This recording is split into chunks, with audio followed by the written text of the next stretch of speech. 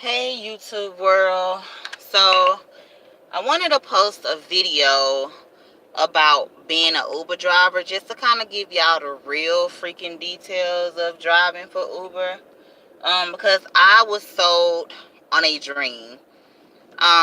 You're told that you can make X amount of money and it's a great company and all of these different things that they tell you to sign on, and then you sign on. And granted, in the beginning I was making really good money, really good money, and then it just dramatically started slowing down to the point to where I wasn't making nowhere near what I started off making.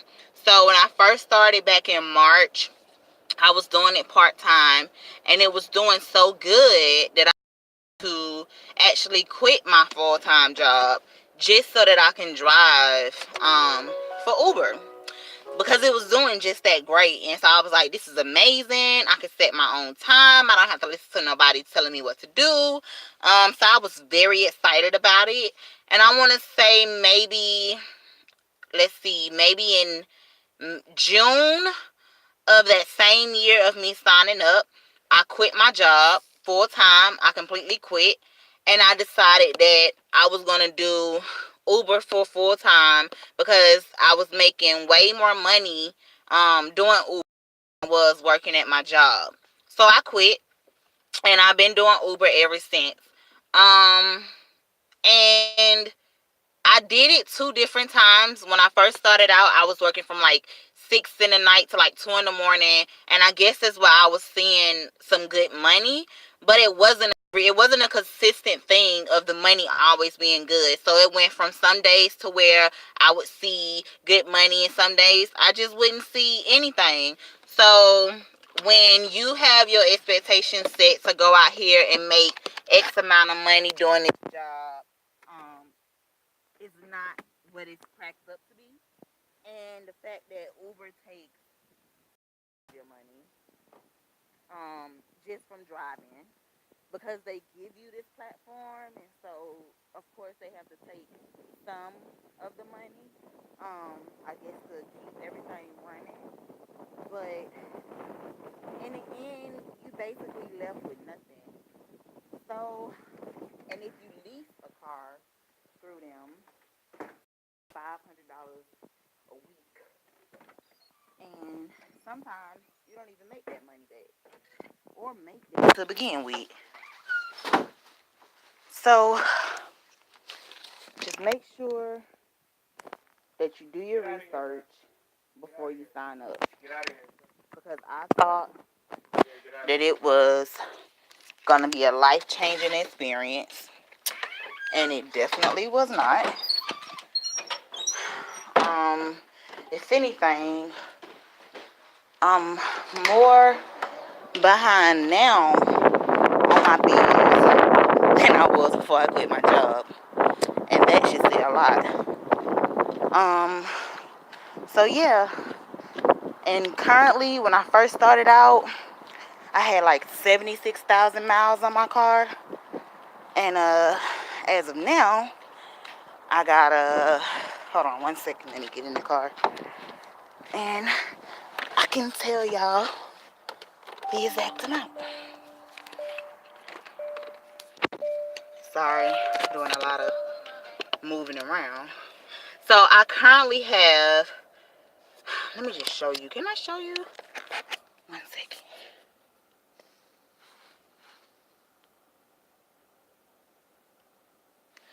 So this is my current mileage. 104,692. So that's how much I've put on my car just from me driving from March to now. So the maintenance on my car is absolutely ridiculous. I have to get an oil change maybe every 2 weeks. And if I don't, my car starts acting up. It's a 2015 model. I just got it, and I thought that it would have been smarter to drive with my own personal car versus paying knew that I wasn't going to be able to keep once it was all said and done.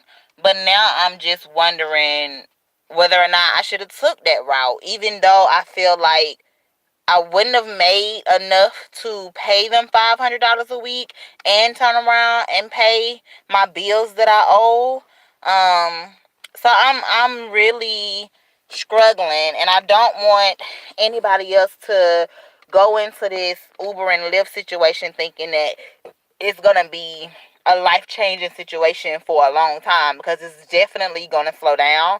And it's not really worth it if you think about the mileage that you put on your car and the gas that you have to put in your car constantly, on top of the rest of the stuff that you got to do in your life. And another thing is, so my account was flagged twice since I've had Uber. And for both times, it was flagged for someone saying that they thought I was high, number one, and that my car smelled like weed.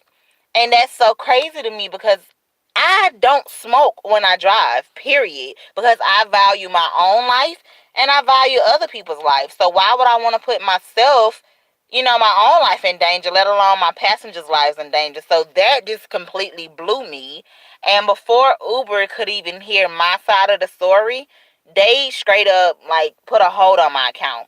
So for a week straight, I was not able to make money. So that means, since I'm already behind on bills, add a whole week of not being able to go out here and drive to make any money on top of that.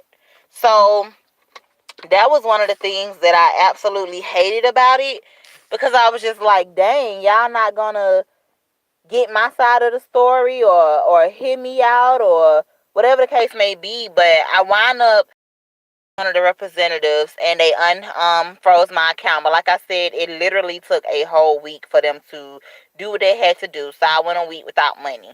So that was the first time. The second time it happened, they said that my car smelled like weed.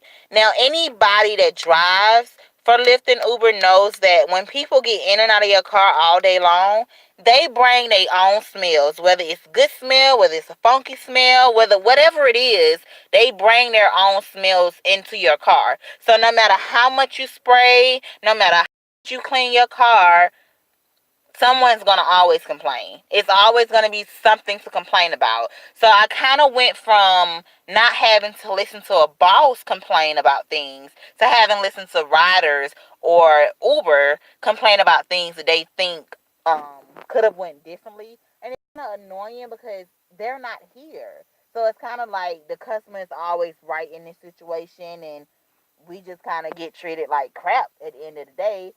But it is what it is. So every day, I spray my car with this. Every single day before I go driving.